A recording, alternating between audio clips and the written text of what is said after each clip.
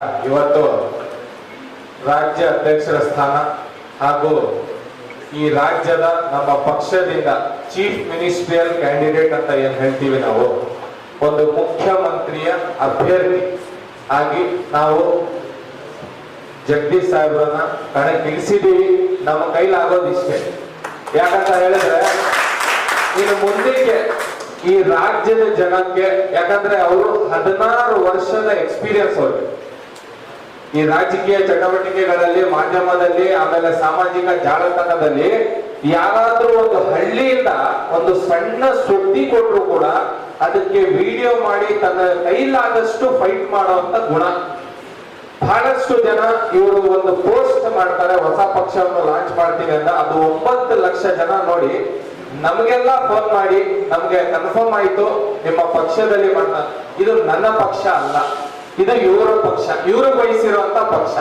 ಈ ರಾಜ್ಯದಲ್ಲಿ ಏನೇ ಬೇಕಾಗಿದ್ದರೂ ಕೂಡ ಈ ಕುಕ್ಕರ್ಗೆ ನಿಕ್ಕರ್ಗೆಲ್ಲ ಓಟ್ ಮಾಡ್ಕೊಳ್ಳೋದನ್ನ ಬಿಟ್ಟು ಅವ್ರ ಹತ್ರ ಬಂದು ಡೈರೆಕ್ಟ್ ಆಗಿ ಜಗದೀಶ್ ಅವರೇ, ನಾವು ಈ ಊರಲ್ಲಿ ಅಥವಾ ಈ ಕಾನ್ಸ್ಟಿಟ್ಯೂನ್ಸಿಲಿ ಈ ವಾರ್ಡಲ್ಲಿ ಟಿಕೆಟ್ ಬೇಕಾಗಿರುವಂತ ಯುವಕರು, ಯಾಕಂದ್ರೆ ಈಗ ಹೇಳಿದ್ರು 50,000 ರೂಪಾಯಿ ಒಂದು ಕಟ್ಟಿದ್ರೆ ಅದು ಕ್ಯಾಂಡಿಡೇಟ್ ಅಲ್ಲ, ಕನ್ಫರ್ಮೇಶನ್ ಅಲ್ಲ, ಅದು ಬರೀ ಅಪ್ಲಿಕೇಶನ್ 50,000 ಅಂತ ಹೇಳಿದ್ರೆ ಕೆಲವ್ರ ಹತ್ರ ಇವತ್ತು 500 ರೂಪಾಯಿ ಪತ್ತಾಡುವಂತ ಪರಿಸ್ಥಿತಿ ಬಂದಿದೆ. ಮೊನ್ನೆ ಜಗದೀಶ್ ಅವರು ಒಂದು ವಿಡಿಯೋ ಹಾಕಿದ್ರು, ಅದರಲ್ಲಿ ಸಂಪೂರ್ಣವಾಗಿ 100 ಕೋಟಿ ರೂಪಾಯಿ ಚಿನ್ನವನ್ನೇ RBI ಇಂದ ಎತ್ಬಿಟ್ಟಿರೋದಿರು. ಇನ್ನು ನಮ್ಮ ಮನೆಗಳಿಂದ ಬಿಡ್ತಾರಂತ ಏನ್ ಗ್ಯಾರಂಟಿ? ನಾವೇನ್ ಮುಖ್ಯಮಂತ್ರಿ ಅಭ್ಯರ್ಥಿ ಅಂತ ಹೇಳಿದೀವಿ, ನಿಮ್ಮ ಏನೇ ಕೆಲಸಗಳಿದ್ರು ಕೂಡ ಎಲ್ಲರೂ ಕೂಡ ಸಹಕಾರ ನೀಡಿ ನಿಮ್ಮ ಬೆಂಬಲವನ್ನು ಕೊಟ್ಟು ಜಗದೀಶ್ ಅವರಿಗೆ 2028ಕ್ಕೆ ಮುಖ್ಯಮಂತ್ರಿಯಾಗಿ ಮಾಡಿಕೊಡ್ಬೇಕು.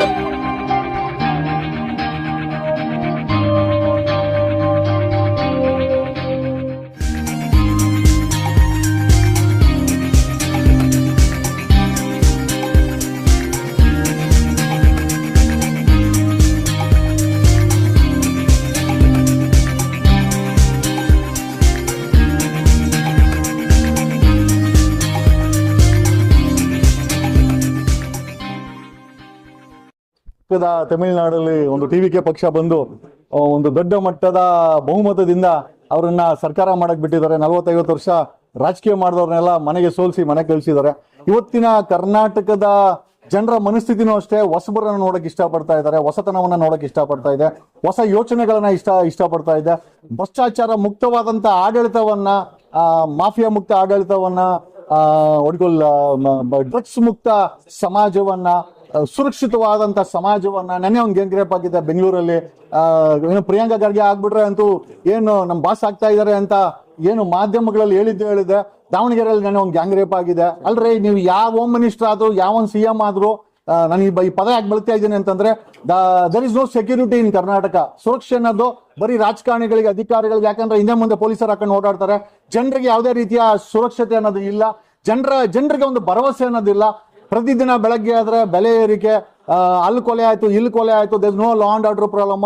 ಆಮೇಲೆ ಎಲ್ಲದಕ್ಕಿಂತ ಹೆಚ್ಚಾಗಿ ನಾವು ದುಡಿತಾ ಇರುವಂತ ಸಂಪಾದನೆ ಏನಿದೆ ಅದು 30 ದಿವಸದ ಸಂಪಾದನೆ ಇವತ್ತು 1 ದಿವಸ, 2 ದಿವಸ, 3 ದಿವಸ ಖಾಲಿ ಆಗ್ತಾ ಇದೆ. ಜನರ ಜೇಬಲ್ ದುಡ್ಡಿಲ್ಲ, ಜನರ ಬ್ಯಾಂಕಲ್ಲಿ ದುಡ್ಡಿಲ್ಲ, ಸಾಲ ಇದೆ ಅವ್ರ ಹತ್ರ. ಆಮೇಲೆ ಇಷ್ಟೆಲ್ಲ ಮಾಡ್ಕೊಂಡು ನಾನಾ ಸೆಗ್ಮೆಂಟ್ಸ್ ಇದೆ ಯುವಕರಿಗೆ. ಕಾಂಗ್ರೆಸ್ ಪಕ್ಷ ಮ್ಯಾನಿಫೆಸ್ಟೋದಲ್ಲಿ 3 ಲಕ್ಷ ಸರ್ಕಾರಿ ಉದ್ಯೋಗಗಳನ್ನ ಭರ್ತಿ ಮಾಡ್ತೀವಿ ಅಂತ ಹೇಳಿ ಮ್ಯಾನಿಫೆಸ್ಟೋದಲ್ಲಿ ಅನೌನ್ಸ್ ಮಾಡಿ ಇವತ್ತಿಗೆ 4ನೇ ವರ್ಷ ನಡೀತಾ ಇದೆ. ಅಲ್ಲಿ ಧಾರವಾಡದಲ್ಲಿ ಹುಡುಗರು ಸರ್ಕಾರಿ ಕೆಲಸ ಬೇಕು ಅಂತ ಅಲ್ಲಿ ಏನೋ ಪ್ರೊಟೆಸ್ಟ್ ಮುಷ್ಕರ ಮಾಡಿದ್ರೆ ಅಲ್ಲಿರೋ ಕಮಿಷನರ್ ಶಶಿಗೆ ಹೇಳಿ ಚೆನ್ನಾಗಿ ಲಾಠಿ ಹೊಡೆದು ಕಳಿಸ್ತಾರೆ. ಈ ರೀತಿ ಸುಳ್ಳು ಭರವಸೆಗಳನ್ನ ಕೊಟ್ಟು ಸುಳ್ಳನ್ನ ಹೇಳ್ಕೊಂಡು ಇವತ್ತು 3 ಪಕ್ಷದ ರಾಜಕಾರಣಿಗಳು ಸಾವಿರಾರು ಕೋಟಿ ಆಸ್ತಿ ಮಾಡ್ಕೊಂಡಿದ್ದಾರೆ. ಜನರ ಜೇಬಲ್ ದುಡ್ಡಿಲ್ಲ, ಜನರು ಆರ್ಥಿಕವಾಗಿ ಕುಗ್ಗೋಗಿದ್ದಾರೆ. ಓದ್ಲಿಕ್ಕೆ ನಮ್ಮ ಕರ್ನಾಟಕದಲ್ಲಿ ಸರ್ಕಾರದ 45,000 ಶಾಲೆಗಳಿದೆ. 45,000 ಶಾಲೆಗಳು ಸಹ ಶಿಥಿಲಗೊಂಡಿದೆ, ಬೀಳೋ ಪರಿಸ್ಥಿತಿಲಿದೆ. ಶಾಲೆಗಳಲ್ಲಿ ಮಕ್ಕಳು ಓದಕಡಿದ್ದಾರೆ, ಶೌಚಾಲಯಗಳಿಲ್ಲ, ಜಾಗ ಇಲ್ಲ, ಸೋರ್ತಾ ಇರುವಂತ ಶಾಲೆಗಳು ಎರಡೂ ಇದ್ರೂ ಕೂಡ ಮೇಷ್ಟ್ರುಗಳಿಲ್ಲ. ಸ್ವತಃ ಈ ರೀತಿಯ ಒಂದು ಪರಿಸ್ಥಿತಿಯನ್ನ, ಅಂದ್ರೆ ನಮ್ಮ ಕರ್ನಾಟಕಕ್ಕೆ ಒಂದು ಕ್ವಾಲಿಟಿ ಎಜುಕೇಶನ್ ಸಿಸ್ಟಮ್ ಬೇಕಾಗಿದೆ. ಜಸ್ಟ್ ಬಿಕಾಸ್ ನಾವು ಟ್ಯಾಕ್ಸ್ ಕಟ್ತೀವಿ ಅಂತ ಯಾವ್ದೋ ಬಿದ್ದೋಗ ಮನೆಗಳಲ್ಲಿ 78 ವರ್ಷ ಆದ್ರೂ ಮಾಡ್ತಾ ಇದ್ರೆ. We want quality education. ಸರ್ಕಾರಿ ಶಾಲೆ ಬೇಕು, ಬಟ್ ಅದು ಕ್ವಾಲಿಟಿ ಆಗಿರ್ಬೇಕು. ಪ್ರತಿ ಜಿಲ್ಲೆನಲ್ಲೂ 2 ಮಲ್ಟಿ ಸ್ಪೆಷಾಲಿಟಿ ಆಸ್ಪತ್ರೆ ಬೇಕು. 31 ಜಿಲ್ಲೆ ಇದೆ. ಒಂದು 60 ಆಸ್ಪತ್ರೆಗಳು, ಇದೆಲ್ಲ ಮಾಡೋದು ಯಾವ್ದು ದೊಡ್ಡ ವಿಚಾರ ಆಗಿರ್ಲಿಲ್ಲ ಕಳೆದ 78 ವರ್ಷದಲ್ಲೇ. ಇವ್ರಿಗೆಲ್ಲ ಅವ್ರ ಆಸ್ತಿಗಳನ್ನ ಜಾಸ್ತಿ ಮಾಡ್ಕೊಂಡ್ರೆ ಹೊರತು ಜನರಿಗೆ ಪಕ್ಕದಲ್ಲಿರೋ ಭೂತಾನು ಜನರಿಗೆ free education, free health segment ಕೊಟ್ಟಿದೆ. ನಮ್ಮ ದೇಶದಲ್ಲಿ 78 ವರ್ಷ ಆದ್ರೂ ಕೂಡ ಇವತ್ತು ನಾವು ಸರ್ಕಾರಿ ಆಸ್ಪತ್ರೆಗೆ ಹೋದ್ರೆ ಅಲ್ಲಿ ಸರ್ಜನ್ ಇರಲ್ಲ, ಪ್ಯಾರಾಮೆಡಿಕಲ್ ಸ್ಟಾಫ್ಸ್ ಇರಲ್ಲ, ಅಲ್ಲಿ ಎಲ್ಲ ಇತ್ತು ಅಂದ್ರೆ ಆಪರೇಷನ್ ಥಿಯೇಟರ್ ಇರಲ್ಲ, ಎಲ್ಲ ಇತ್ತು ಅಂದ್ರೆ ಔಷಧಿಗಳಿರಲ್ಲ. ಇವನ್ ಕಿದ್ವಾಯ್ದು ಕೂಡ ನಾವು ಎಕ್ಸ್ಪೋಸ್ ಮಾಡಿ ತೋರಿಸಿದ್ವಿ. ಸೊ ಈ ಪರಿಸ್ಥಿತಿನಲ್ಲಿ ಜನರಿಗೆ ಪುಕ್ಸಟ್ಟೆ ಕೊಡ್ತಾರಂತ ಮೆಡಿಕಲ್ ಆಸ್ಪತ್ರೆಗಳ ಸ್ಥಿತಿ ತುಂಬಾ ಕೆಟ್ಟವಾಗಿದೆ. ಮತ್ತೆ ಪ್ರೈವೇಟ್ ಆಸ್ಪತ್ರೆಗಳಲ್ಲಿ ಕೋಟ್ಯಾಂತರ ರೂಪಾಯಿ ಬಿಲ್ ಆಗುತ್ತೆ. ಈ ಪರಿಸ್ಥಿತಿನಲ್ಲಿ ಜನರು ಬರೀ ತೆರಿಗೆ ಕಟ್ತಾರೆ. ಆ GST ಕಟ್ಟು, ಈ GST ಕಟ್ಟು, ಬರೀ GST ಗಳನ್ನ ಕಟ್ಟಿ ಜನರ ಜೇಬಲ್ ದುಡ್ಡಿಲ್ಲ.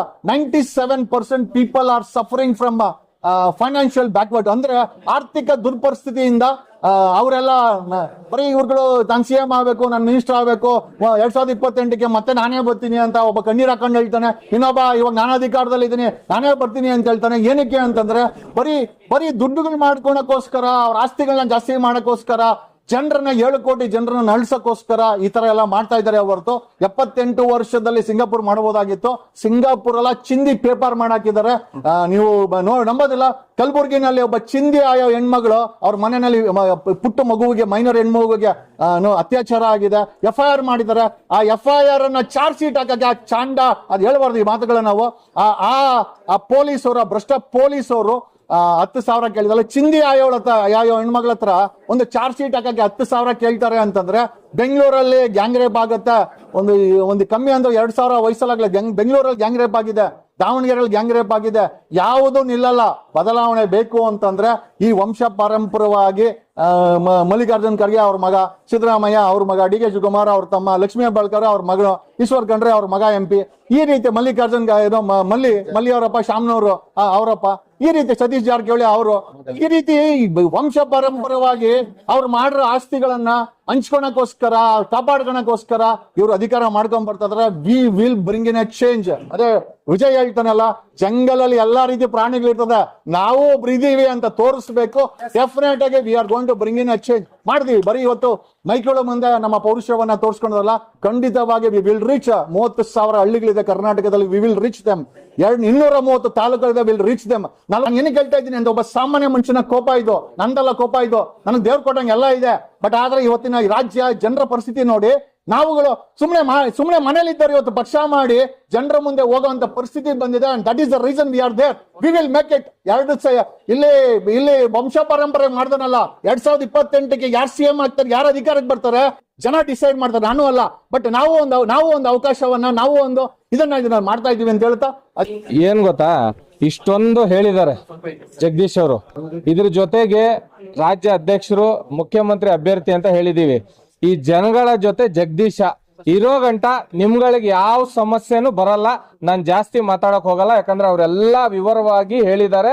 ಇನ್ನು ಅವರಷ್ಟು ಹೇಳಕ್ಕೆ ಯಾವ MLA ಗಾಗಿರ್ಲಿ, MP ಗಾಗಿರ್ಲಿ, ಮುಖ್ಯಮಂತ್ರಿಗಳಿಗೆ ಆಗಿರ್ಲಿ, ನಿಮ್